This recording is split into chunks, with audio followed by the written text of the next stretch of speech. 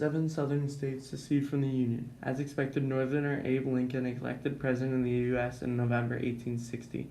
South Carolina, to no one's surprise, what with John C. Calhoun's leadership until 1850, was the first to secede. 6 more states followed: South Carolina, Mississippi, Alabama, Georgia, Florida, Louisiana, and Texas.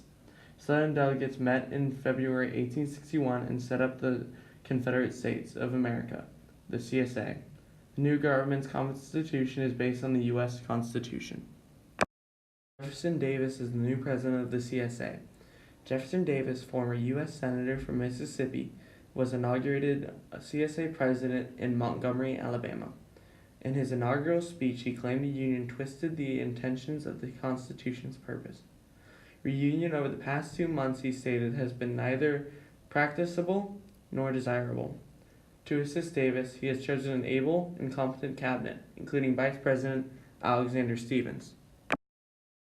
Rebels shell Fort Sumter. The war is on. Lincoln's attempt to provision Fort Sumter, a federal fort on an island in South Carolina's Charleston Harbor, was seen as an act of aggression by the Union. At 4:30 a.m. on April 12, 1861, Confederate cannons opened fire on the fort commanded by Major Robert Anderson. The bombardment lasted 34 hours until Anderson surrendered to the CSA General P.G.T. Beauregard. The Northern reaction, "Remember Fort Sumter, save the Union." President Lincoln calls for 75,000 volunteers. As a result of the surrender at Fort Sumter 2 days ago, and recognizing that an insurrection exists, President Lincoln called for the need for 75,000 militia volunteers.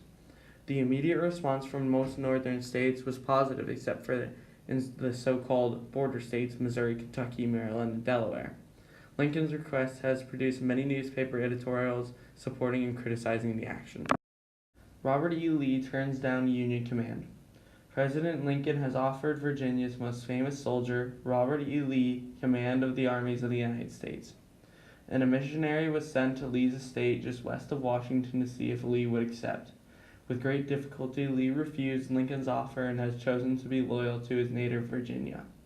As he turned down the Union's president's offer, Lee made it clear that he would oppose slavery and secession. Yet how can I draw my sword upon Virginia?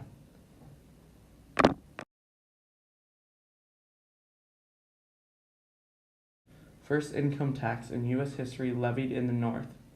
In an attempt to help pay for an expensive and ever-widening war, Congress has leveled the first income tax in our history. From the exact wording of this unique measure, the act will serve as a mainstay of the Treasury. The law fixes a tax of 3% on incomes in excess of $800 a year. Hopefully, the law will not be extended or the percentage raised.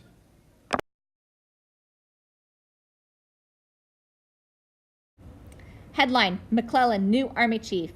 With an already illustrative career behind him, General George Britton McClellan, 34 years of age, has been picked to replace Winfield Scott in General-in-Chief of Union Armies. Known to his men as Little Mac, the new chief has also been called youthful, self-contained, and vigorous. Lincoln gave him the post because of his work in turning the Army of the Potomac into a crack unit rivaling the Confederacy's best. The Union has high expectations for the young leader.